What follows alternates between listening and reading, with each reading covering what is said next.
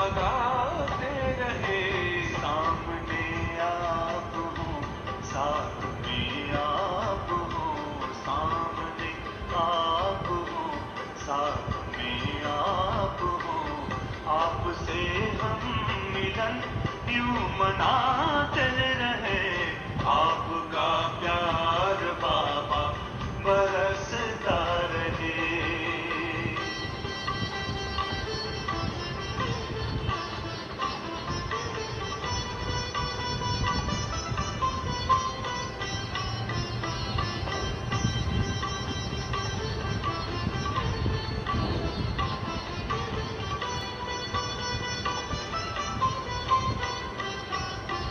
पूरी खुशहाल है जिंदगानी, हो गए हैं सफल अपने हर पल।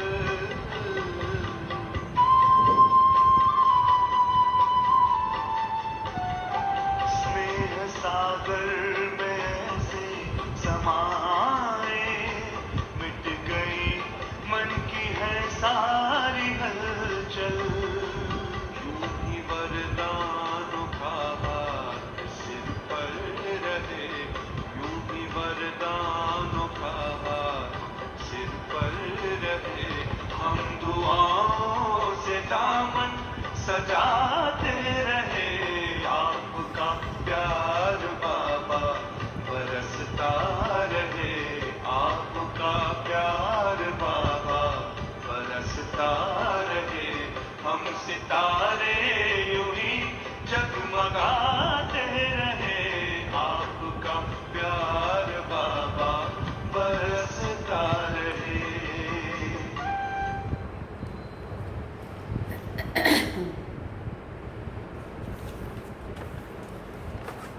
ओम शांति।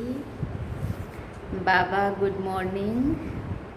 आज बाबा के 15 मई 2024 के महावाक्य हैं।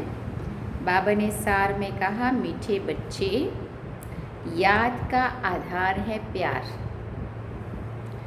प्यार में कमी है तो याद एक रस नहीं रह सकती, और याद एक रस नहीं है तो प्यार नहीं मिल सकता।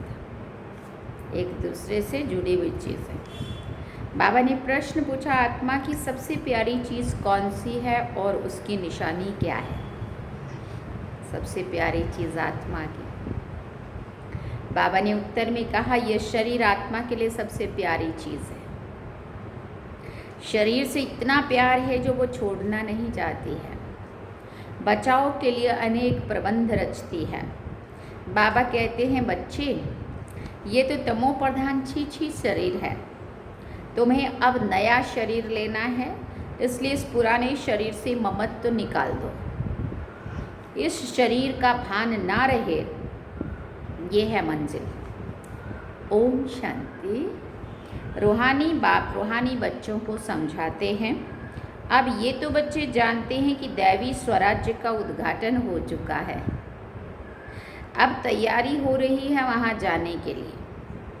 जहाँ कोई शाखा खोलते हैं तो कोशिश की जाती है बड़े आदमी द्वारा ओपनिंग कराने की। जब भी कोई नया सेवा केंद्र ब्रह्मा कुमारी इसका खोलना होता है तो किसी बड़ों को बुलाते उद्घाटन करने के लिए। बड़े आदमी को देखकर नीचे वाले ऑफिसर्स आदि सब आएंगे। समझो गवर्नर आएगा तो बड़े बड़े मिनिस्टर आदि भी आएंगे। अगर कलेक्टर को तुम बुलाओ तो बड़े आदमी नहीं आएंगे, इसलिए कोशिश की जाती है बड़े से बड़ा कोई आए। किस न किस बहाने से अंदर आए तो तुम उनको रास्ता बताओ। बेहद के बाप से बेहद का वर्षा कैसे मिल रहा है, ऐसा कोई दूसरा मनुष्य नहीं जो जानता हो तुम ब्राह्मणों के सिवाय। ऐसे भी सीधा नहीं कहना है कि भगवान आया है। देखो बाबा कितना युक्तियाँ सिखाते हैं, क्योंकि सीधा ही अगर हम किसी को बोलते हैं तो भी वो कंफ्यूज होते हैं। ऐसे भी बहुत कहते हैं भगवान आ गया है, परंतु नहीं, ऐसे अपने को भगवान कहलाने वाले तो बहुत लोग हैं, ढेर मनुष्य हैं। तो वो भी बेचारे कंफ्यूज होते, उधर जाते वो भी यही बोलते, ये भी यही बोलते, तो फिर एक जैसा ही समझते हैं। ये तो समझाना है बेहद का बाप आकर बेहद का वर्षा दे रहे हैं। कल्प पहले मिसल ड्रामा प्लान अनुसार ये सारी लाइन लिखनी पड़े। मनुष्य लिखत पढ़ेंगे, फिर कोशिश करेंगे, जिनकी तकदीर में होगा फिर वो आएंगे। तुम बच्चों को मालूम है ना कि हम बेहद के बाप से बेहद का वर्षा ले रहे हैं। यहाँ तो निश्चय बुद्धि बच्चे ही आते हैं। निश्चय बुद्धि भी फिर कोई समय संशय बुद्धि बन जाते हैं। माया पिछाड़ लेती है, चलते चलते हार खा लेते हैं।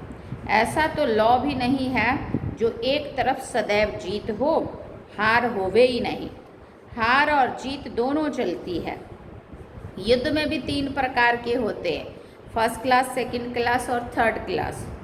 कभी कभी युद्ध ना करने वाले भी देखने के लिए आ जाते हैं, वो भी अलाउ किया जाता है, शायद कुछ रंग लग जाए और इस सेना में आ जाए, क्योंकि दुनिया को ये पता नहीं है कि तुम महारथी योद्धे हो, परंतु तुम्हारे हाथ में हथियार आदि तो कुछ भी नहीं है। अब योद्धे हो और हथियार ना हो तो कौन योद्धे समझेगा। लेकिन हमारे को बाबा रोज़ जो 4 पेज मुरली इतने सारे ज्ञान के अस्त्र शस्त्र से सजा रहे हैं, यही तो हमारे हथियार है। हम कोई हिंसक युद्ध तो करते नहीं जो दूसरे हथियार उठाएं, है ना। माया के साथ, रावण के साथ युद्ध चल रही है। ज्ञान योग के अस्त्र शस्त्र रोज के रोज बाबा अपने को देते। तुम्हारे हाथ में हथियार आदि तो शोभेंगे भी नहीं, क्योंकि बाबा ने टाइटल दिया डबल अहिंसक। परंतु बाबा समझाते ज्ञान तलवार, ज्ञान कटारी, तो उन्होंने फिर स्थूल में समझ लिया है। तुम बच्चों को बाप ज्ञान के अस्त्र शस्त्र देते हैं, इसमें हिंसा की बात नहीं है, परंतु ये समझते नहीं हैं। देवियों को स्थूल हथियार आदि दे दिए हैं, उनको भी हिंसक बना दिया है। ये है बिल्कुल बेसमझी। बाप अच्छी तरह से जानते हैं कि कौन कौन फूल बनने वाले हैं। वो तो बाप खुद ही कहते हैं फूल आगे होने चाहिए, सर्टेन है ये फूल बनने वाले हैं। बाबा नाम नहीं लेते हैं, नहीं तो और कहेंगे हम कांठे बनेंगे क्या। हरि के पुरुषार्थ से, चलन से, है ना, देखते हैं ना बाबा। बाबा पूछते हैं नर से नारायण कौन बनेंगे, तो सब हाथ उठाते हैं। यूँ तो खुद समझते हैं जो जास्ती सर्विस करते हैं वो बाप को भी याद करते हैं। बाप से प्यार है तो याद भी उनकी रहेगी। एक रस तो कोई भी याद नहीं कर सकेंगे, याद नहीं कर सकते इसलिए प्यार नहीं है। प्यारी चीज़ को तो बहुत याद किया जाता है, याद करना नहीं पड़ता, अपने आप आती है ना प्यारी चीज़ जो भी लगती है। बच्चे प्यारे होते हैं तो माँ बाप गोदी में उठा लेते हैं। छोटे बच्चे भी फूल हैं, जैसे तुम बच्चों की दिल होती है शिव बाबा के पास जाएं, वैसे छोटे बच्चे भी खींचते हैं। झट बच्चे को उठाए, गोद में बिठाएंगे, प्यार करेंगे। ये बेहद का बाप तो बहुत प्यारा है, सभी शुभ कामनाएं पूरी कर देते हैं। मनुष्यों को क्या चाहिए, एक तो चाहते हैं तंदुरुस्ती अच्छी हो, कभी बीमार ना हो। सबसे अच्छी है ये तंदुरुस्ती। तंदुरुस्ती अच्छी हो परंतु पैसे ना हो तो वो तंदुरुस्ती भी क्या काम की, गरीबी भी अच्छी नहीं है ना। फिर चाहिए धन, इसीलिए ही हेल्थ वेल्थ कहा गया, health wealth and happiness. Health और वेल्थ दोनों है तो हैप्पीनेस है। बाबा ने कहा फिर चाहिए धन जिससे सुख मिले। बाबा कहते हैं तुमको हेल्थ और वेल्थ दोनों मिलनी ही है ज़रूर। ये कोई नई बात नहीं है, ये तो बहुत बहुत पुरानी बात है। तुम जब जब मिलेंगे तो ऐसे ही कहेंगे, बाकी ऐसे नहीं कहेंगे कि लाखों वर्ष हुए व पद्मों वर्ष हुए। नहीं, तुम जानते हो ये नई दुनिया कब होती है, पुरानी कब होती है। हम आत्माएं नई दुनिया में जाती हैं, फिर पुरानी में आती हैं। तुम्हारा नाम ही रखा है ऑलराउंडर, पूरा चक्कर लगाने वाले। फिर बाबा ने कहा बाप ने समझाया है तुम ऑलराउंडर्स हो। पार्ट बजाते बजाते अभी बहुत जन्मों के अंत में आकर पहुँचे हो। पहले पहले शुरू में तुम पार्ट बजाने आते हो, वो है स्वीट साइलेंस होम। मनुष्य शांति के लिए कितना हैरान करते हैं, ये नहीं समझते हैं कि हम शांति धाम में थे, फिर वहाँ से आए ही हो पार्ट बजाने। पार्ट पूरा हुआ, फिर हम जहाँ से आए हैं वहाँ जाएंगे ज़रूर। सभी शांति धाम से आते, सभी का घर वो ब्रह्मलोक है, ब्रह्मांड जहाँ सब आत्माएं रहती हैं। रुद्र को भी इतना बड़ा बनाते हैं, अंडे मिसल। उनको ये पता नहीं है कि आत्मा बिल्कुल छोटी है। कहते भी है स्टार मिसल है, फिर भी पूजा बड़े की होती है। तुम जानते हो इतनी छोटी बिंदी की तो पूजा भी नहीं हो सकती। मटेरियल इतना लेके जाते हैं लोग, हाँ, फल फूल बेलपत्री दूध लस्सी क्या क्या पता नहीं, है ना। तो बाबा कहते फिर पूजा किसकी करे, तो बड़ा बनाते हैं, फिर पूजा करते हैं, दूध चढ़ाते हैं। वास्तव में तो वो शिव है अभोक्ता। फिर उनको दूध क्यों चढ़ाते, दूध पिए तो फिर भोक्ता हो गया। ये भी एक वंडर है। सब कहते हैं वो हमारा वारिस है, हम उनके वारिस हैं क्योंकि हम उन पर फिदा हुए हैं। जैसे बाप बच्चों पर फिदा हो, सारी प्रॉपर्टी उनको देकर खुद वानप्रस्थ में चले जाते हैं। यहाँ भी तुम समझते हो बाबा के पास हम जितना जमा करेंगे वो सेफ हो जाएगा। गायन भी है, किन्हीं की दबी रहेगी धूल में, किन्हीं की राजा खाए डैश डैश। फिर बाबा ने कहा तुम बच्चे जानते हो कुछ भी रहता ही नहीं है, सब भस्म हो जाना है। ऐसे भी नहीं है, समझो एरोप्लेन गिरते हैं, विनाश होता है तो चोरों को माल मिलता है, लेकिन चोर आदि खुद भी खत्म हो जाएंगे। उस समय चोरी आदि भी बंद हो जाती है, क्योंकि चारों तरफ अगर हाहाकार हो रही होगी तो चोर भी तो मरने के से बचने को ही भागेंगे ना, वो कहाँ चोरी करने जाएंगे उस टाइम। नहीं तो एरोप्लेन गिरता है तो पहले सब माल चोरों के हाथ में आ जाता है। वहाँ फिर जंगलों में ही माल छिपा देते हैं, सेकंड में काम कर लेते हैं। अनेक प्रकार की चोरी के काम करते हैं, कोई रॉयल्टी से करते हैं, कोई अनरॉयल्टी से करते हैं। तुम जानते हो ये सब विनाश हो जाएंगे और तुम सारे विश्व के मालिक बन जाएंगे। तुमको कहाँ कुछ भी ढूंढना नहीं पड़ेगा। तुम तो बहुत ऊंच घर में जन्म लेते हो, पैसे की दरकार ही नहीं है। राजाओं को कभी पैसे लेने का ख्याल भी नहीं आएगा, देवताओं को तो बिल्कुल नहीं रहता है। बाप तुमको इतना सब कुछ दे देते हैं जो कभी चोरी चकारी ईर्ष्या आदि की भी बात नहीं रहती है। तुम बिल्कुल फुल बन जाते हो, तुम बिल्कुल फूल बन जाते हो। कांटे और फूल है ना, या सब कांटे ही कांटे हैं। अब कांटे क्यों कहा बाबा ने, जब हमारे बोल या हमारे कर्म या हमारी सोच या व्यवहार जिसके भी कर्म के कारण किसी को दुख पहुंचता हो तो समझो हम उनको दुख देने वाले कांटे हो। तो बाबा ने कहा जो विकार के सिवाय रह नहीं सकते तो उनको ज़रूर कांटा ही कहना पड़े। राजा से लेकर सब कांटे हैं। तब फिर बाबा कहते हैं मैं तुमको इन लक्ष्मी नारायण जैसा बनाता हूँ, अर्थात राजाओं का भी राजा बनाता हूँ।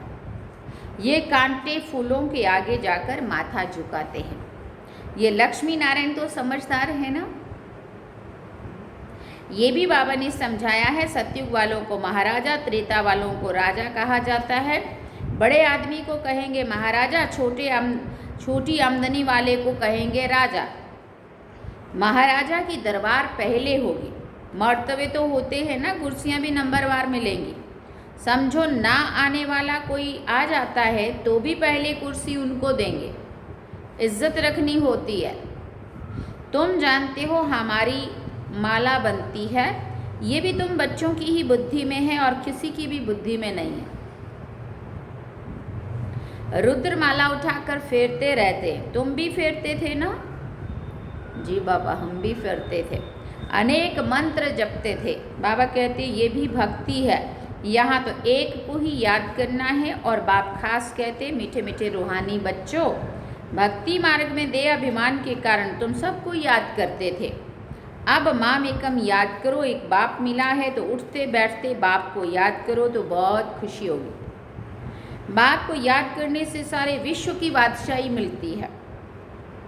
जितना टाइम कम होता जाएगा उतना जल्दी जल्दी याद करते रहेंगे, दिन प्रतिदिन कदम बढ़ाते रहेंगे। आत्मा कभी भी थकती नहीं है। शरीर से कोई पहाड़ आदि पर चढ़ेंगे तो थक जाएंगे। बाप को याद करने से तुमको कोई थकावट नहीं होगी और ये आत्मा शक्ति महसूस करेगी, थकावट नहीं लगेगी और फ्रेश लगेगा, हल्कापन लगेगा। अंदर से बड़ा बहुत आनंद आएगा, बाबा का जैसे जैसे प्यार मिलेगा खुशी होंगी। बाबा ने कहा खुशी में रहेंगे, बाबा को याद कर आगे चलते जाएंगे। आधा कल्प बच्चों ने मेहनत की है शांति धाम में जाने के लिए, द्वापर युग से लगे थे ना ढूंढने रास्ता। एम ऑब्जेक्ट का कुछ भी पता नहीं है। तुम बच्चों को तो परिचय है भक्ति मार्ग में जिसके लिए इतना सब कुछ किया, वो कहते हैं अब मुझे याद करो। तुम ख्याल करो बाबा ठीक कहते हैं या नहीं। वो तो समझते हैं पानी से ही पावन हो जाएंगे। पानी तो यहाँ भी है। फिर बाबा ने कहा क्या ये गंगा का पानी है? नहीं, ये तो बरसात का इकट्ठा किया हुआ पानी है, झरनों से ही आता रहता है। उनको गंगा का पानी नहीं कहेंगे, कभी बंद नहीं होता, ये भी कुदरत है। बरसात बंद हो जाती है परंतु पानी तो आता ही रहता है। वैष्णव लोग हमेशा कुएं का पानी पीते हैं। एक तरफ समझते हैं ये पवित्र है, दूसरी तरफ फिर पतित से पावन बनने के लिए गंगा में स्नान करने जाते हैं। इसे तो अज्ञान ही कहेंगे ना। बरसात का पानी तो अच्छा ही होता है। ये भी ड्रामा की कुदरत कहा जाता है। खुदाई नेचुरल कुदरत। बीज कितना छोटा है, उनसे झाड़ कितना बड़ा निकलता है। ये भी जानते हो धरती कलराठी हो जाती है तो फिर उसमें ताकत नहीं रहती है, स्वाद भी नहीं रहता है। तुम बच्चों को बाप यहाँ ही सब अनुभव कराते हैं कि स्वर्ग कैसा होगा, अभी तो नहीं है। बाबा ने कहा ड्रामा में ये भी नूंद है। बच्चों को साक्षात्कार होता है, वहाँ के फल आदि कैसे अच्छे मीठे होते हैं। तुम ध्यान में देखकर आकर सुनाते हो। फिर अभी जो साक्षात्कार करते हो वो वहाँ जब जाएंगे तब इन आँखों से देखेंगे, मुख से खाएंगे। जो भी साक्षात्कार करते हो वो सब इन आँखों से देखेंगे।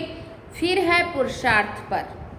अगर पुरुषार्थ ही नहीं करेंगे तो क्या पद पाएंगे? तुम्हारा पुरुषार्थ चल रहा है, तुम ऐसे बनेंगे। इस विनाश के बाद इन लक्ष्मी नारायण का राज्य होगा। ये भी अभी मालूम पड़ा है। पावन बनने में ही टाइम लगता है, याद की यात्रा मुख्य है। देखा गया है बहन भाई समझने से भी बाज नहीं आते। भाई बहन का भी रखते हैं रिश्ता तो भी उसमें भी कैसा लफड़े कर लेते हैं। बाबा कहते तो भी बाज नहीं आते, बुरी आदतें नहीं छोड़ते हैं। तो अब फिर कहते हैं भाई भाई समझो। इसलिए देख आप भान से ऊपर ही उठ जाओ, आत्मा आत्मा भाई भाई। बहन भाई समझने से भी दृष्टि नहीं फिरती है, भाई भाई देखने से फिर शरीर ही नहीं रहता है। हम आत्माएं हैं, शरीर नहीं है। जो कुछ यहाँ देखने में आता है वो तो सब विनाश हो जाएगा। ये शरीर छोड़कर तुमको अशरीरी होकर जाना है। यहाँ तुम आते ही हो सीखने के लिए कि हम ये शरीर छोड़कर कैसे जाएं। मंजिल है ना। शरीर तो आत्मा को बहुत प्यारा है, शरीर ना छूटे इसके लिए आत्मा कितने प्रबंध करती है। कहीं हमारा ये शरीर छूट ना जाए। आत्मा का इस शरीर से बहुत बहुत प्यार है। बाबा कहते हैं ये तो पुराना शरीर है, तुम भी तमो प्रधान हो, तुम्हारी आत्मा छी है, इसलिए दुखी बीमार हो पड़ते हो।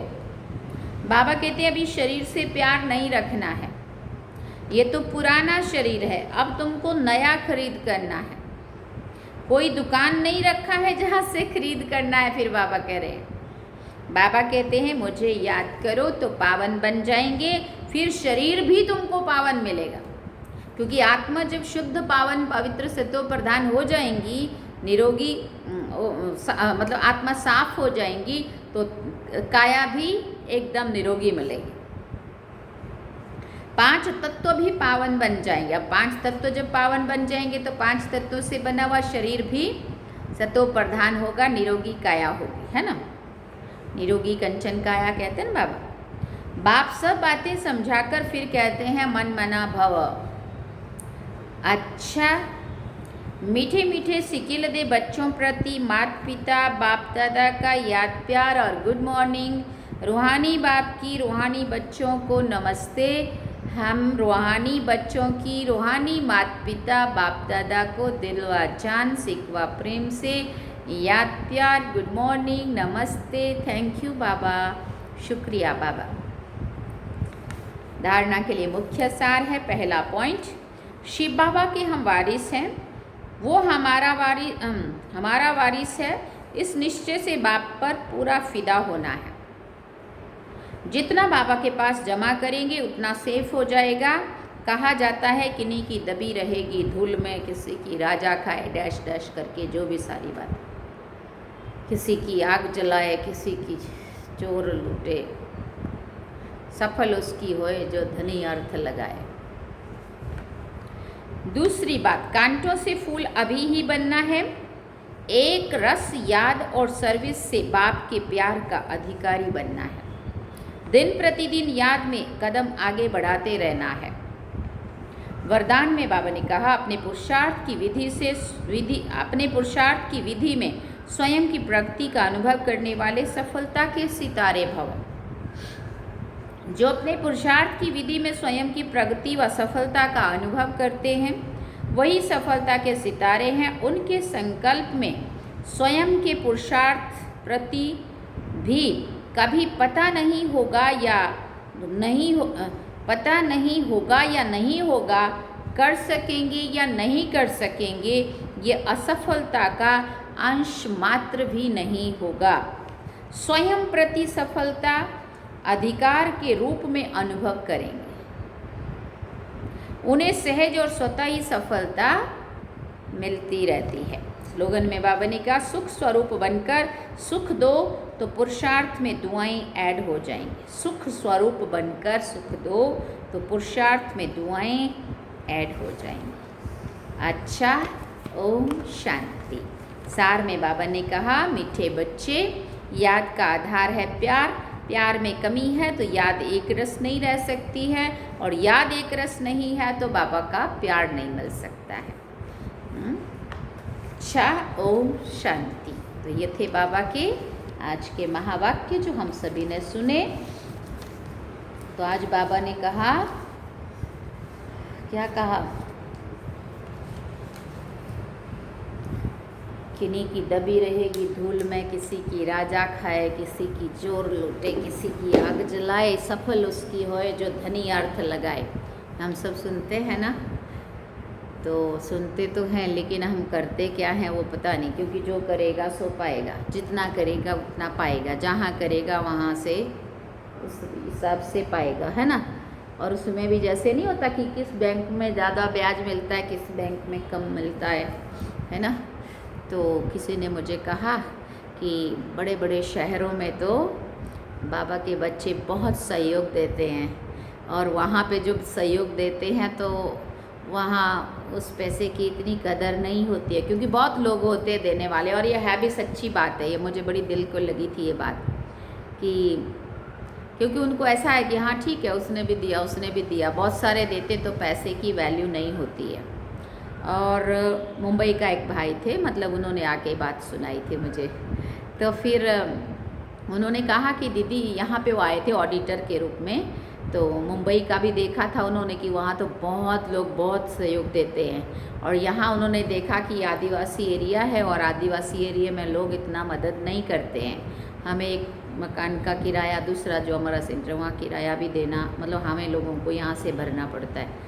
तो मतलब ऐसे ही बात निकली। तो बोला ऐसी जगह पे अगर कोई करे तो ऐसी जगह पे करेंगे तो जहाँ कुछ भी नहीं होता, और वहाँ अगर हम करते हैं तो उनके दिल से इतनी दुआएं निकलती है कि एक का कई गुना करके उन्हों को मिलेगा। तो फिर मैंने बोला ये बात बिल्कुल सही है कि जहाँ बहुत कुछ है वहाँ तो हम फिर भी बहुत कुछ कर रहे होते हैं, लेकिन जहाँ कुछ भी नहीं है, आदिवासी लोगों में तो भावना जैसा चीज़ भी नहीं होती, और ये लोग इतना कुछ करने को इनको नहीं होता, दिल भी नहीं होता, भावना भी नहीं होती, दोनों ही चीज़ नहीं होती। तो ऐसी जगह पे जब कोई करता है तो ऐसी जगह पे एक का कई गुना करके, क्योंकि अपने दिल से इतनी दुआ, मेरे दिल से तो बहुत दुआएं निकलती है कि देखो इसने यहाँ पे ये मदद करी तो बाबा एक का कई गुना करके आपको देंगे। और सही में इस बात का अनुभव भी है कि जो भी मतलब यहाँ ऐसे मदद करते हैं या कभी की है, तो उन्होंने बोला दीदी कभी कमी नहीं आई। और बड़े बड़ी जगहों पे, बड़े बड़े शहरों में तो बहुत कुछ करने वाले बहुत लोग होते हैं, लेकिन इस आदिवासी एरिया में इतना लोगों का सहयोग नहीं मिलता है। ऐसी जगह पे सही में हमें ध्यान देना चाहिए, है ना। तो ये बात मुझे याद आई कि होता है कई बार, कईयों के पास बहुत कुछ होता है, लेकिन करने का भाव, वो अंदर से वो दिल भी होना चाहिए ना, अंदर भी वो भावना भी होनी चाहिए और इतना बड़ा दिल भी होना चाहिए। और ऐसे ही तो बाबा सबका लेता भी नहीं है, ये भी बात है। जिसका भाव ही नहीं होगा, भावना ही नहीं होगी, तो बाबा से प्यार ही नहीं होगा, तो वो नहीं करेगा, और करेगा भी तो उसका बाबा, उसका वो फल नहीं मिलता है ना। चलते हैं अब बाबा की याद में। ओम शांति।